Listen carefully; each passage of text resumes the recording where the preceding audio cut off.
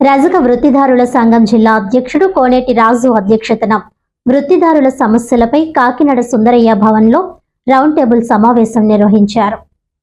ఈ సందర్భంగా ఆయన మాట్లాడుతూ రజకులకు సామాజిక రక్షణ చట్టం వెంటనే అమలు చేస్తూ రాష్ట్ర ప్రభుత్వం ఉత్తర్వులు జారీ చేయాలని డిమాండ్ చేశారు. కేజీ నుంచి పీజీ వరకు రజకుల పిల్లలకు ఉచిత విద్య అందించాలని కోరారు.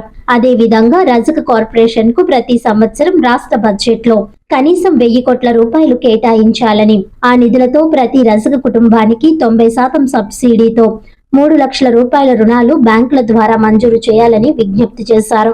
రజక వృత్తిదారులకు నెలకు 200 యూనిట్ల ఉచిత విద్యుత్ అందించాలని, సామాజిక సేవా వృత్తి నిర్వహిస్తున్న రజకుల శ్రమను గుర్తించి 50 సంవత్సరాలు పూర్తయిన వారికి వృద్ధాప్య పెన్షన్లు మంజూరు చేయాలని కోరారు. వృత్తి చెరువులు, దోబీఘాట్ స్థలాలపై రజకులకే పూర్తి హక్కు కల్పించాలని, యువతకు ప్రతి జిల్లాలో స్కిల్ ట్రైనింగ్ సెంటర్ల ద్వారా శిక్షణ ఇచ్చి ఆధునిక యంత్రాలతో ఆదరణ 3 పథకాన్ని సమర్థవంతంగా అమలు చేయాలని కోనేటి రాజు ప్రభుత్వాన్ని డిమాండ్ చేశారు. ఈ సమావేశంలో పలు వృత్తిదారులు, ప్రతినిధులు పాల్గొన్నారు.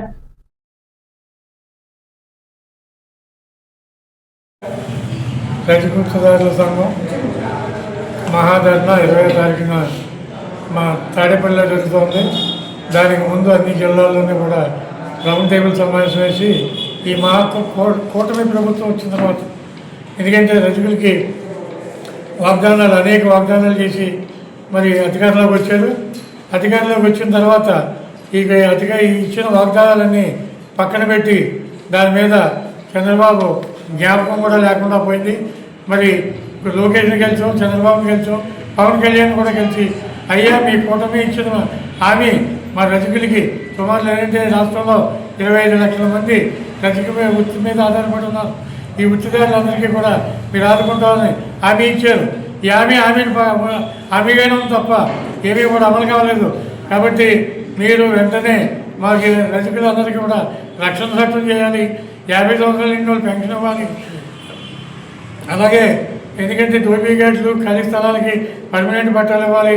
మా పిల్లల చదువు వెనకబడిపోతున్నారు కాబట్టి కేజీ నుంచి పీజీ వరకు ఉచిత విద్యుత్ చేర్పించాలి అని దాని మీద మరి ఇప్పుడు బడ్జెట్ సమావేశాలు ఇవాళ ప్రారంభమవుతున్నాయి. కాబట్టి బడ్జెట్ సమావేశాల్లో మా అంశాన్ని కూడా లేవనెత్తి రజకులందరికీ కూడా 200 యూనిట్లు కరెంటు కూడా ఇవ్వాలని, రక్షణ చట్టం ఏర్పాటు చేయాలని, 50 సంవత్సరాల నిండి పెన్షన్ సౌకర్యం కూడా ఇవ్వాలని అనేక సమస్యల మీద ఈ మహాధర్నా రేపు 20వ తారీఖు జరుగుతుంది.